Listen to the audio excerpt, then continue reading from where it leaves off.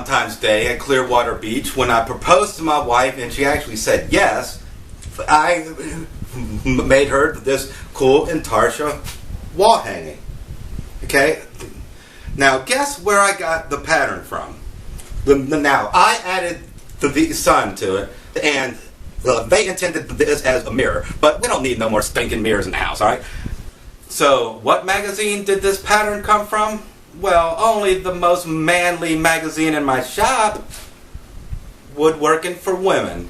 I know, I hear ya. I was only looking at the pictures. I didn't read the articles. And besides, I did this woodworking for a woman, right? So, that's okay. Anyway, this is Volume 2, Number 3, dated July 2005. So, let's just get this started.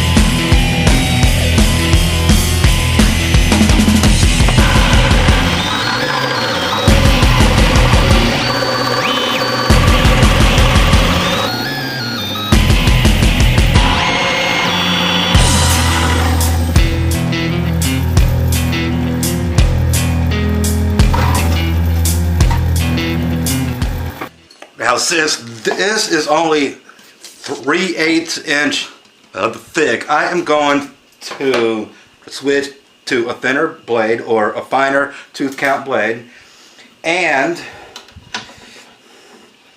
I'll use a zero clearance overlay on the table. Now I am cutting on the line or a little inside. That way this backer is hidden around the edges of the intarsia. There we go.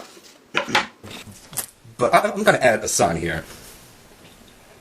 This is not on the original plan, but I think it'll add a little to it. So there we go. Yeah, I like that. That'll work. So I am going to start by sanding all of the exposed edges, okay?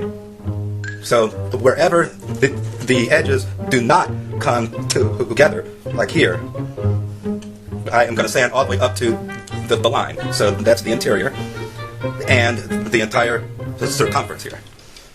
Now, where the parts do come together, I'm only going to sand those very lightly. I don't want to create any unnecessary gaps in the way the pieces fit together.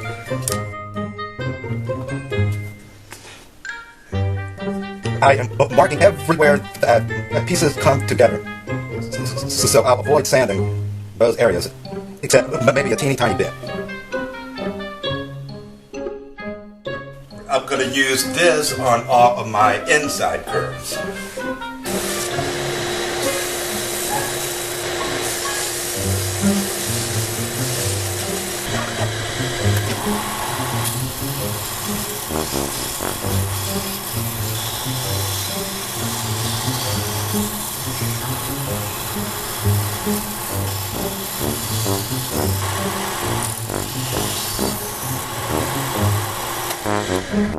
But let's mark the backs of each part so that once that pattern is off of there, I can't possibly get confused as to what's the front and what's the back. Because that could cause a problem. So let's make sure it's absolutely clear. There we go.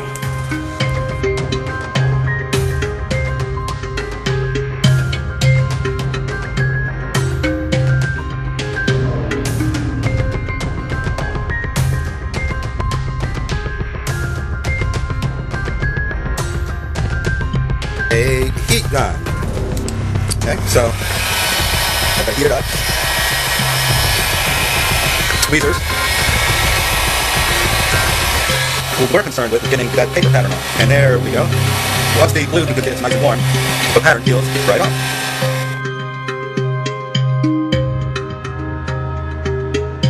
We can see here the marks left behind from our pounce wheel.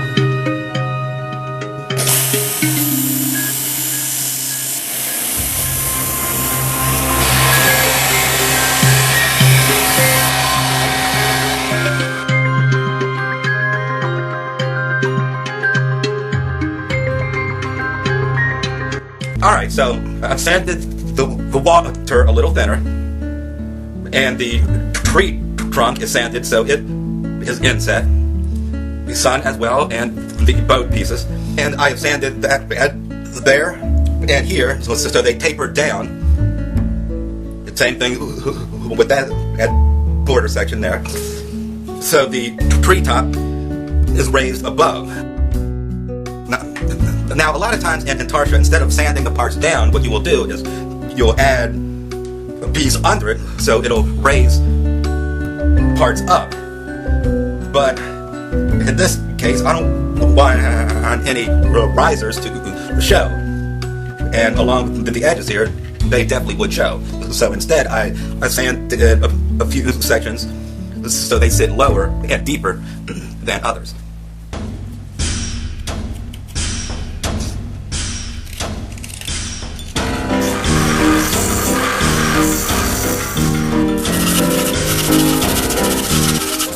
So now it's time to add color to our pieces. And I'm going to do that with the manliest paint I have in the shop.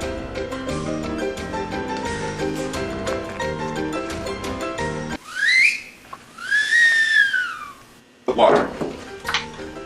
Now, I want the paint to act more as a stain or a dye, so that we can still see the wood grain.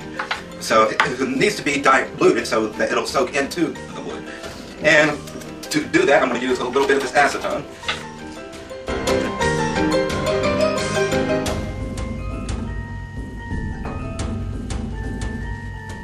Oh man, yeah, that stained it nicely. You can definitely see all the darker grains in the wood.